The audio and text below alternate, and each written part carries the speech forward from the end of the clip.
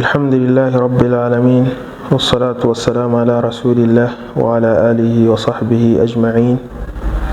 All praises belongs to Allah. We thank Him.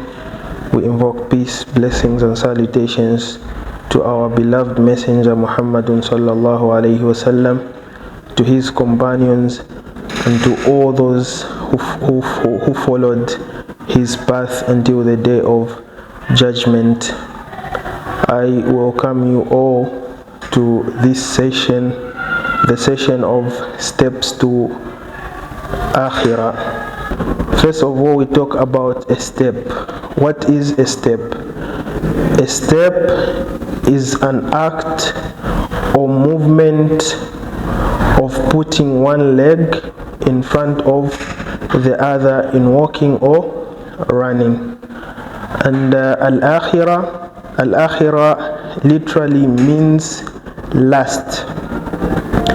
And according to our topic, we are talking about the last day, which is Al-Akhirah, the afterlife or the afterworld life.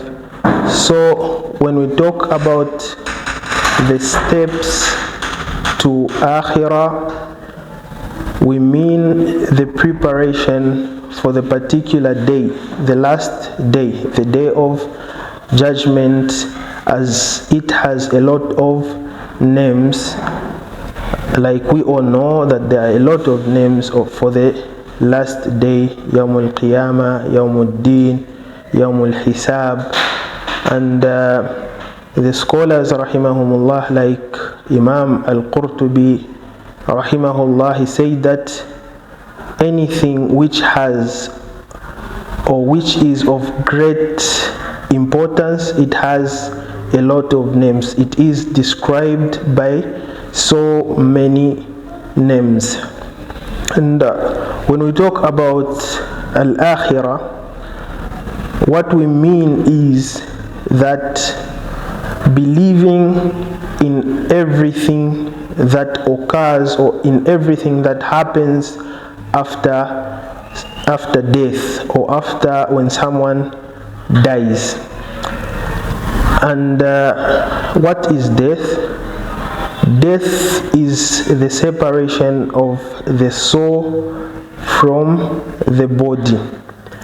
The separation of the soul from the body is the definition of death, which means that life is the opposite of death. So life is based, or it comprises of two things: the soul and the body. If these two are attached, then you have got the life.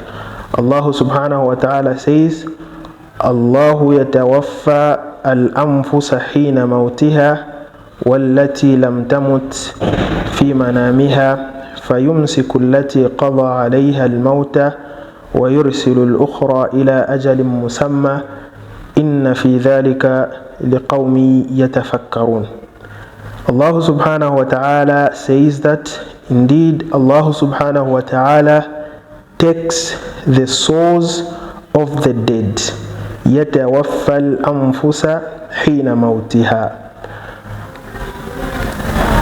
وَالَّتِي لَمْ تَمُتْ فِي مَنَامِهَا, and the souls of the living while they sleep. And this is why we find that the ulamas rahimahumullah classifies sleep to be a minor death, al-mawtu as-sughra. And then Allah subhanahu wa ta'ala continues and says, فَيُمْسِكُ الَّتِي قَضَى عَلَيْهَا الْمَوْتَ وَيُرْسِلُ الْأُخْرَى إِلَىٰ أَجَلٍ مُسَمَّى.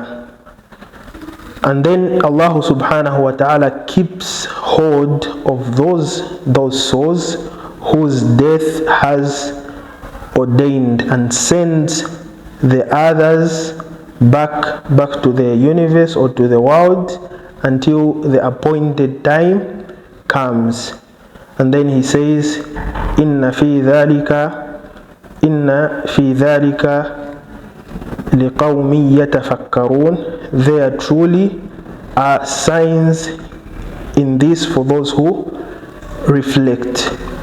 So here we understand that the body and the soul are two different elements.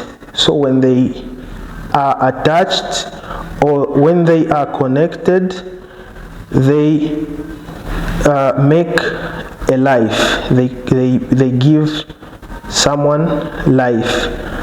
And the connection or the attachment of the soul to the body occurs in 5 situations.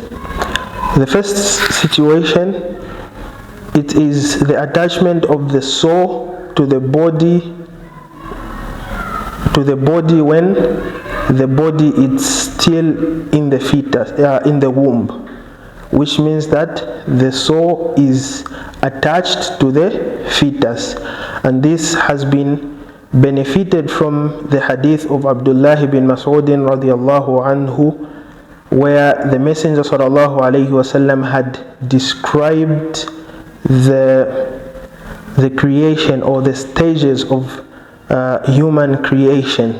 And there's on a certain stage he said ثُمَّ يُنْفَخُ فِيهِ الرُّوحِ, and then the soul is being blown to a fetus. The soul is being blown to a fetus, and that's when now the fetus is considered to be human. The second attachment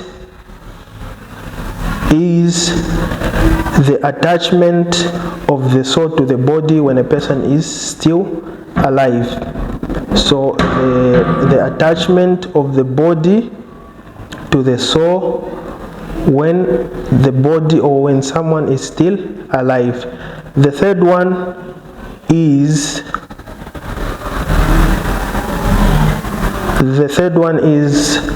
when a person sleeps, the soul goes out of that person, and then when they are dreaming, the soul comes back to that person.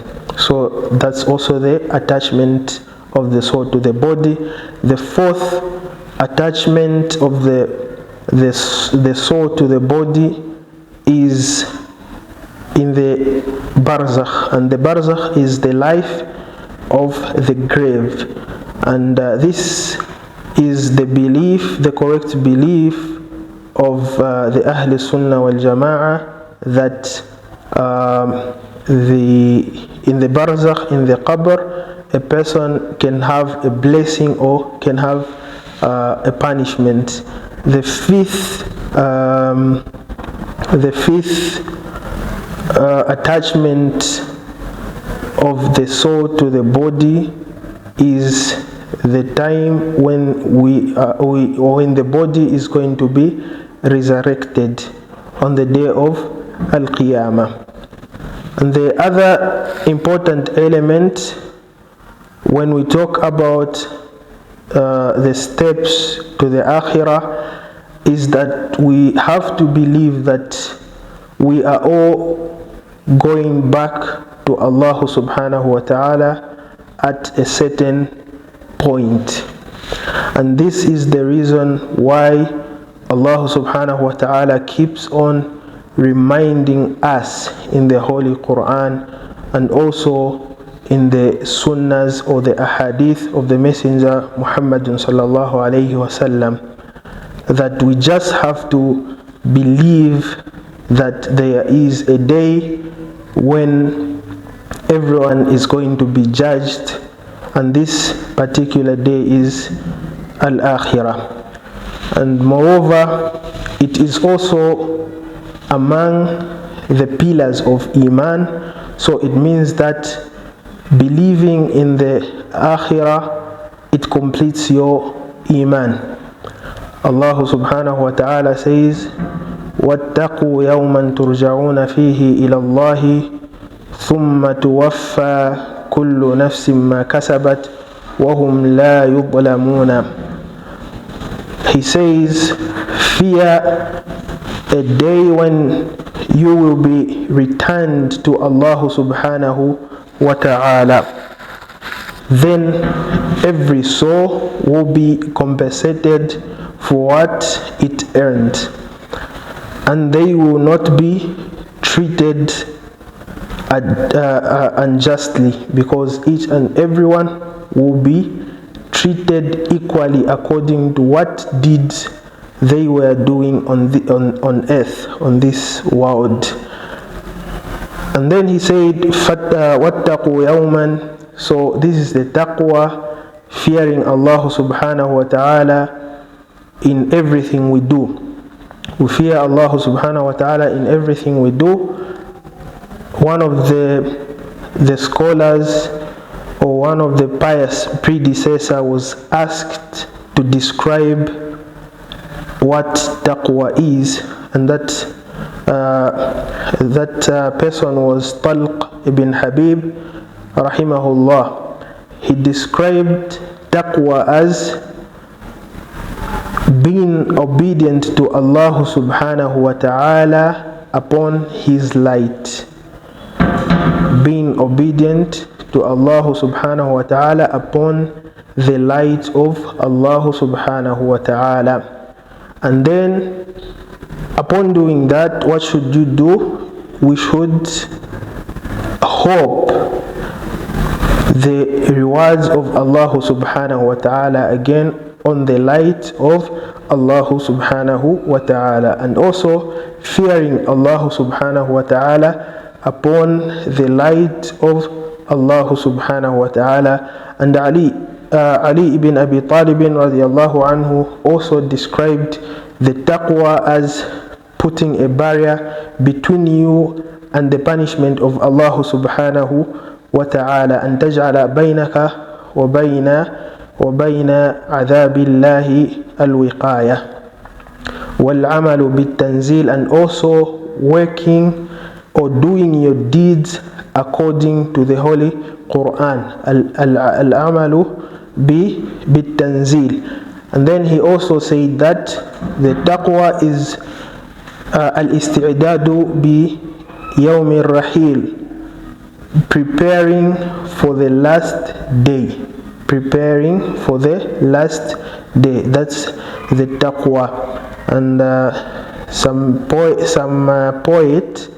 had said in the back days that خلي الذنوب صغيرها وكبيرها ذاك التقى, that leave minor sins or major sins, that's taqwa, that's being piety to Allah subhanahu wa ta'ala. خلي الذنوب صغيرها وكبيرها ذاك التقى. And then he said, واصنع كماش فوق أرض الشوك يحذر ما يرى.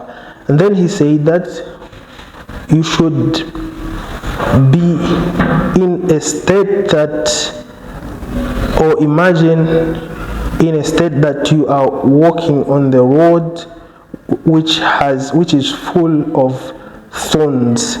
How are you going to walk on that particular path?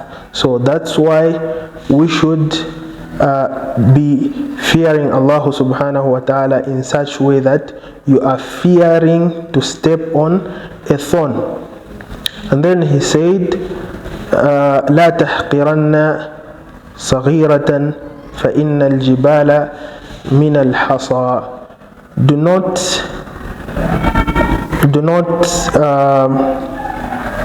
deprive any form of sin. Why?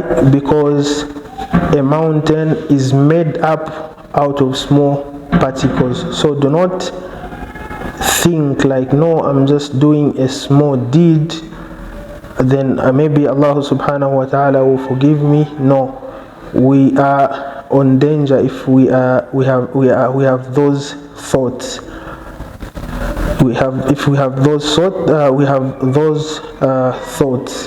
The ulama rahimahumullah again says that لا إصرار في لا كبيرة مع التوبة ولا إصرار في مع الصغيرة, that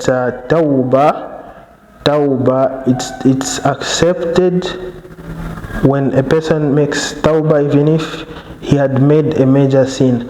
And when you keep on making or committing minor sins and you don't make tawbah, then those minor sins would turn into the major sins.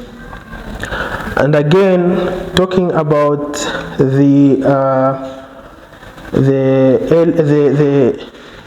steps to the Aakhirah, we also have to talk about how about those who do not believe about Yawm al-Aakhirah.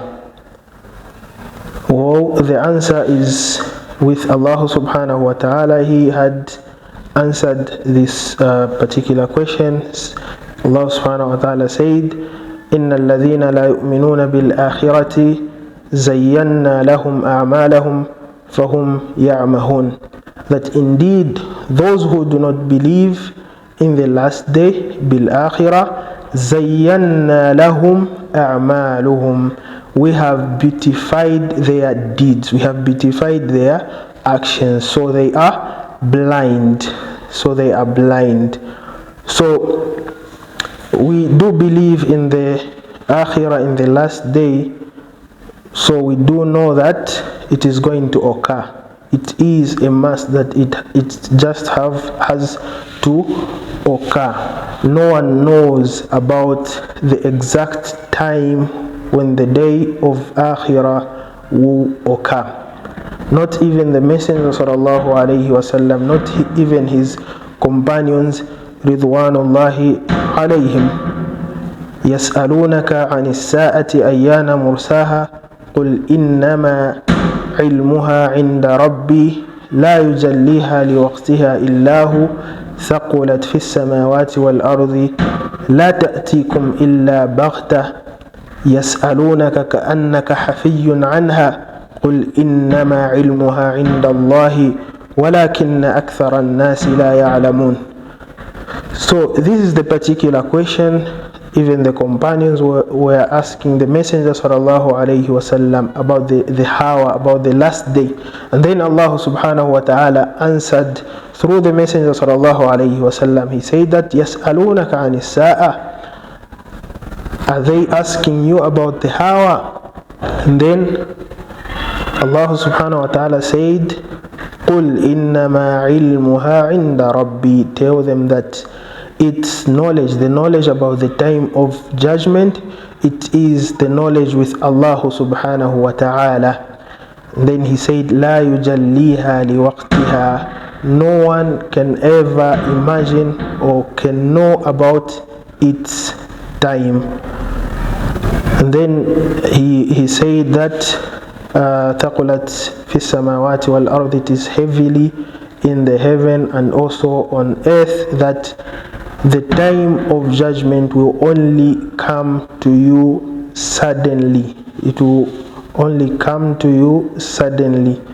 يَسْأَلُونَكَ كَأَنَّكَ حَفِيٌّ عَنْهَا, they ask you as if you've got any clue about it.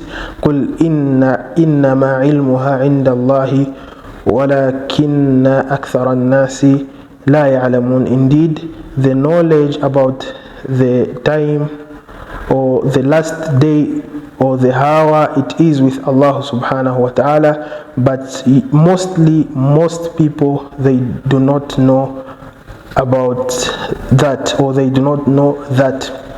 And also in the hadith, the long hadith of Jibreel alayhi salam, when he came to the Messenger sallallahu alayhi wasallam in form of a man, he asked the Messenger sallallahu alayhi wasallam a couple of questions, and among his questions was that أخبرني عن الساعة, and then the Messenger sallallahu alayhi wasallam said that ما المسؤول عنها بأعلم من السائل, that tell me about the time or the last day or the hour. Then the Messenger sallallahu alayhi wasallam said that the answerer has no knowledge compared to the questionnaire.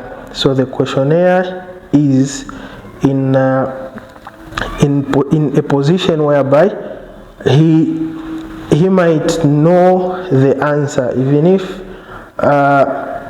no one knows the answer. But the position of Jibreel alayhi salam was that at least it made him that at least he would have even had a clue, because he is the one who was bringing the wahi, the revelation to the messenger sallallahu alayhi wasallam. And there are so many ahadith which shows that the time of al-akhirah no one knows about it. And what is the wisdom behind that? We'll talk about it inshallah after this hadith.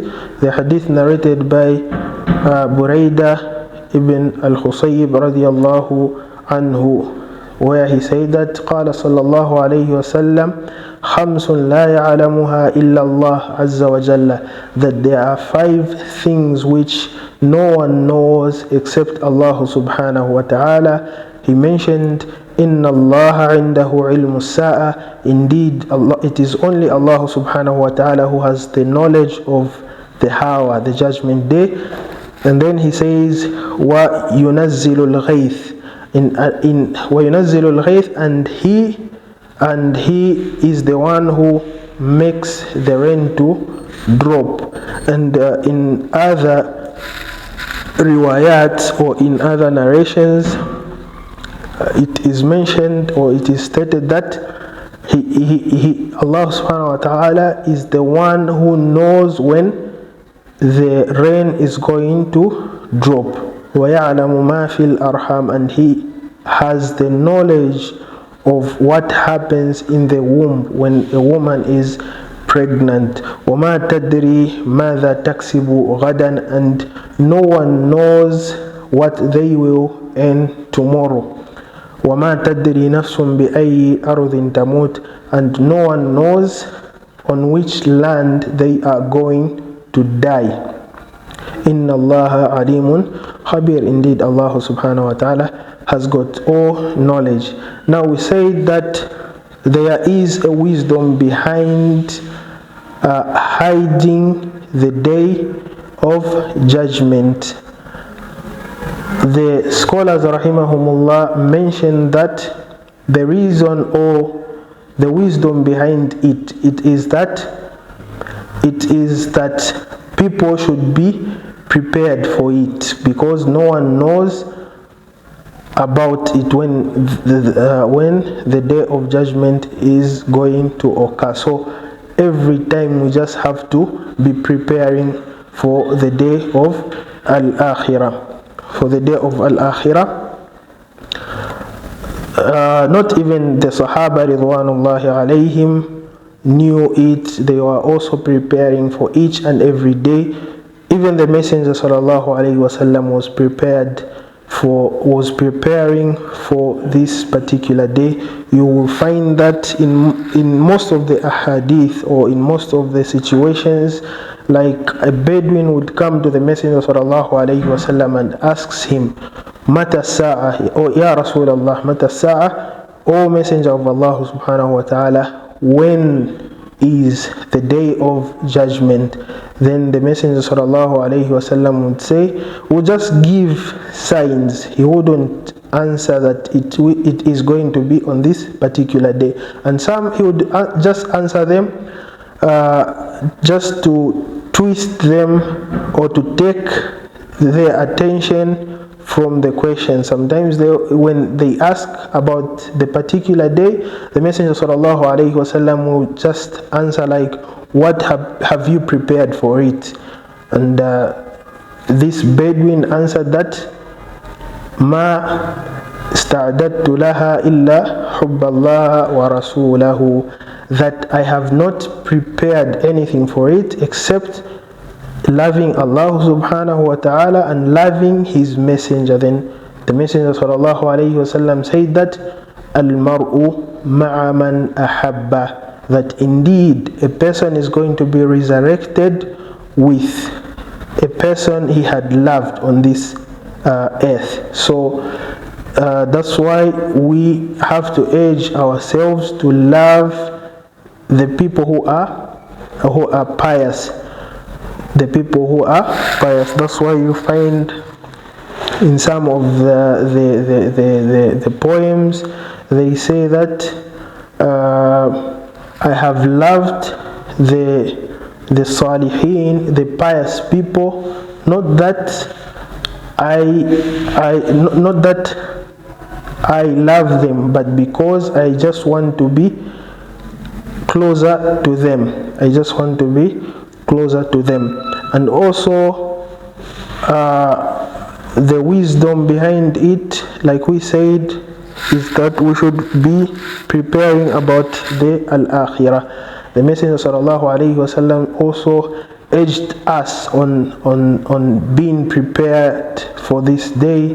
He said, "Akthiru dhikra hadhimi al-ladhat," that we should every time remember about the destroyer of pleasure, the destroyer of enjoyment, and that is al-maut.